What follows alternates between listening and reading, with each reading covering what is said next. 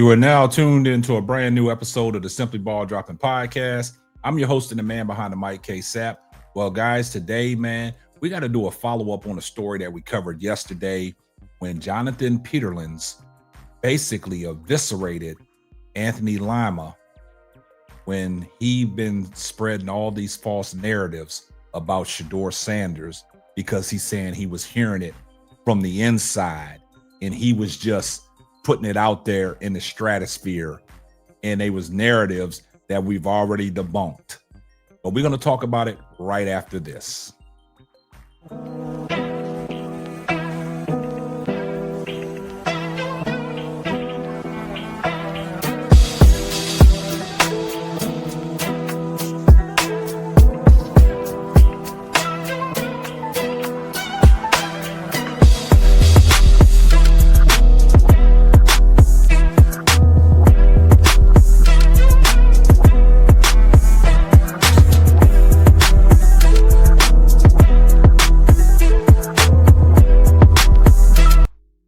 Well, guys, man, I'm here to tell you, man.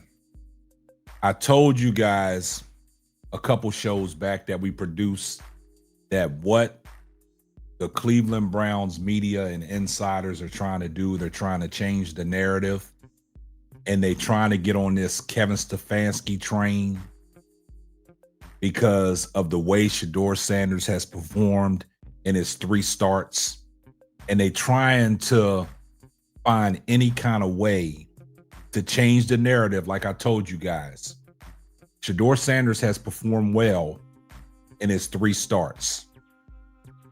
In his 3 starts, he's 1-2, but he's had put up some impressive stats.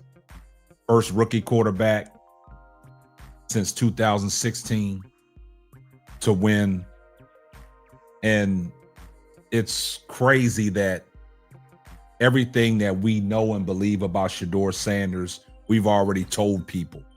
But people didn't want to listen to us, and they didn't want to evaluate Shedeur by his Jackson State tape or his Colorado Buffalo days.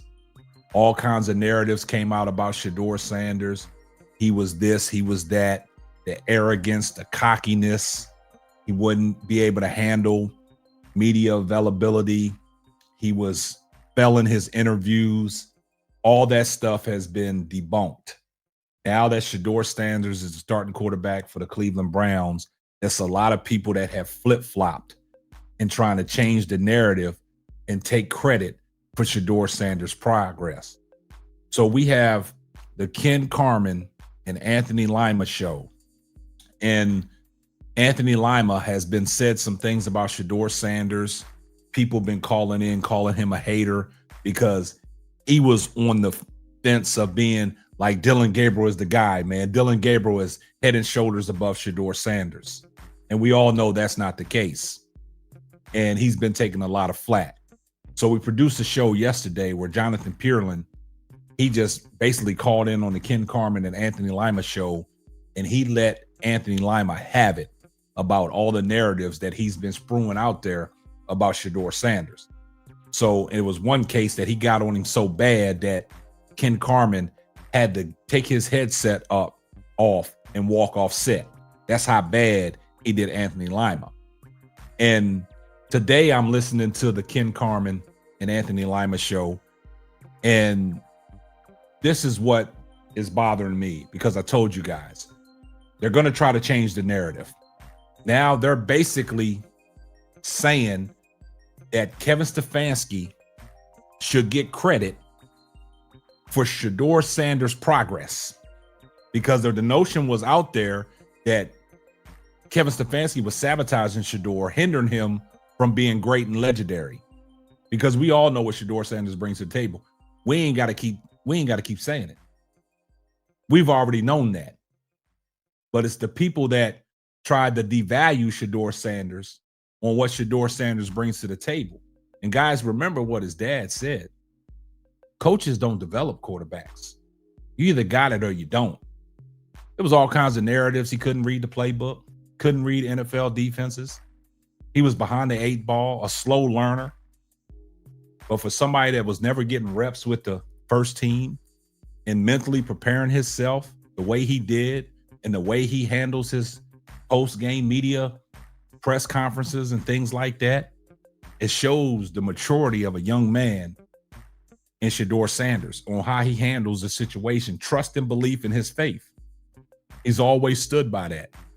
And for him to go out there in these 3 games that we've seen him, Shedeur Sanders looks the part. He looks like he's the guy. He looks like he's a franchise quarterback for the Cleveland Browns. But now everybody wants to flip the script. Everybody wants to jump sides. Now everybody that was going at Kevin Stefanski, even Ken Carman and Anthony Lima, talking about, Kevin Stefanski should be fired. Should he stay or should he go? Now they want to give him credit for Shedeur Sanders' progress. And we're going to let y'all listen to what they said today on the Ken Carman and Anthony Lima show. But before we get off of that, we partnered up with Underdog Fantasy, and this is a word from our sponsor. Underdog Fantasy is the best way to play fantasy sports. Let me tell you about the easiest way to get in on some WNBA and NBA action. Find your player, pick higher or lower, win you some extra cash. Pick between 2 to 5 players to fill out your pick'em entry, get every pick right, and win some serious cash. Use my promo code SBD23 and receive up to $1,000 in bonus cash. Now that it's football time, follow Simply Ball Dropping as I share my picks. Like I said, pick your player, choose your amount, win money. Make picks, win cash. Thank you, Underdog Fantasy, for the partnership with us, and thank you for using promo code SBD23 on Underdog Fantasy. Well, guys, with that being said, let's take a listen to what these guys was talking about today. Through the rest of the year. Well, especially as you're seeing improvement, right? Yeah. So if you were out there throwing the ball backwards or something like that, like maybe it's like, okay, who cares? But I'm seeing improvement. And not to mention, none of us are there every day, and even the beat reporters are so limited what they're able to either film or look at. But you know who is there every day? Jimmy Haslam. Jimmy Haslam's there a lot. He is A lot there. of people think they don't realize He is not that an absentee. he lives here. He goes to practice. He's in that building. He's there. And I get it. When they're losing games, people think that's part of the problem. But he's observing all of this, right? And he's seen the communication and the relationship between Kevin Stefanski and Shedeur Sanders. And is there a chance? Because, again, I don't know. And there really hasn't been that much reporting on this anyway, even from the insiders. But is there any kind of a relationship being established between those two?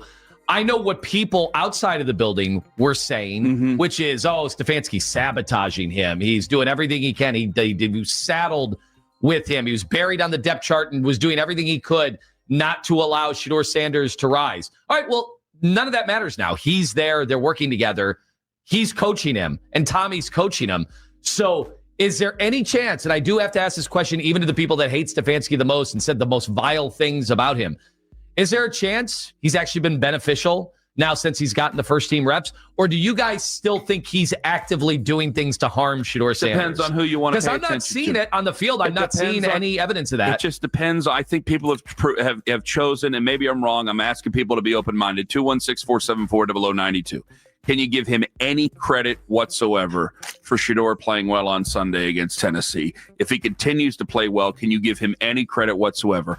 I think that a lot of people either A, they believe what they believe and they've believed it since before the season started, or B, they feel if they give him any sort of credit whatsoever that this is all going to be run back in 2026. I think fans are afraid of that. I mean, you had Stephen A. Smith yelling that we need to be holding his feet to the fire every single day of every single show. I agree. I respect Stephen A. Smith, but I also know that I'm not going to sit here and lie to people if I don't believe it's true. Like, we could get to the end of the year, and I'm looking at this, because I'm looking at it right now going, this ain't good for anybody. This ain't good for the fans. I think I think it's only been good for one person, maybe, and that's Shedeur. Everybody else, I don't think it's good for. I don't think it's good for the assistants. I don't think it's good for the culture inside the office. I don't know how bad it is for the locker room. I don't think it's good for the culture inside the office. I don't think it's good for Andrew Berry. I don't think it's good for Kevin. I don't think it's good for Kevin and his future. I don't think it's good for the ownership. I don't think it's good for the fans. I don't think it's good for anybody right now. This is not good. And I got all these different people over the last 2 weeks. Well, the Giants might be interested. I'm going, who's putting this out? Maybe Kevin doesn't want to be here. Maybe Kevin doesn't want to be here. And there's guys driving on 77 right now going, yeah, Kev, make my day. Okay, fine.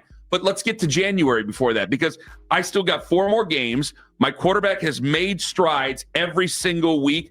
I'm excited to see what's next. If he ends up being good, fine. And I guess we'll have to have that conversation on whether to hold on to Kevin or let Kevin go. Why would Kevin want to be anywhere else if Shedeur is showing real signs of growth and coachability? He may think Cam Ward's development. better. He may think Jackson Dart's better. That's on him. If there's a separation here, then we have to make a separation, and I'm fine with that.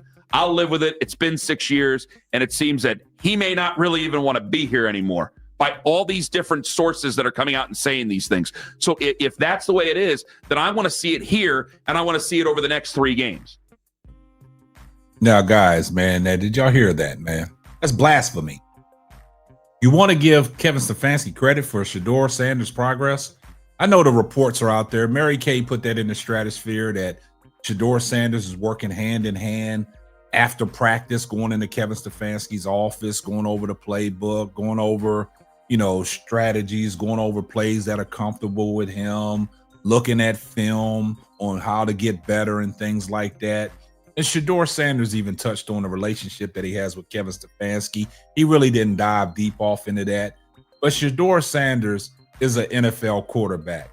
You don't have to sit here and tell me and try to convince me that Kevin Stefanski needs credit for the development of Shedeur Sanders. No, I've seen all this before he even got to Cleveland. We've seen who really developed Shedeur Sanders side by side with his daddy all the way through.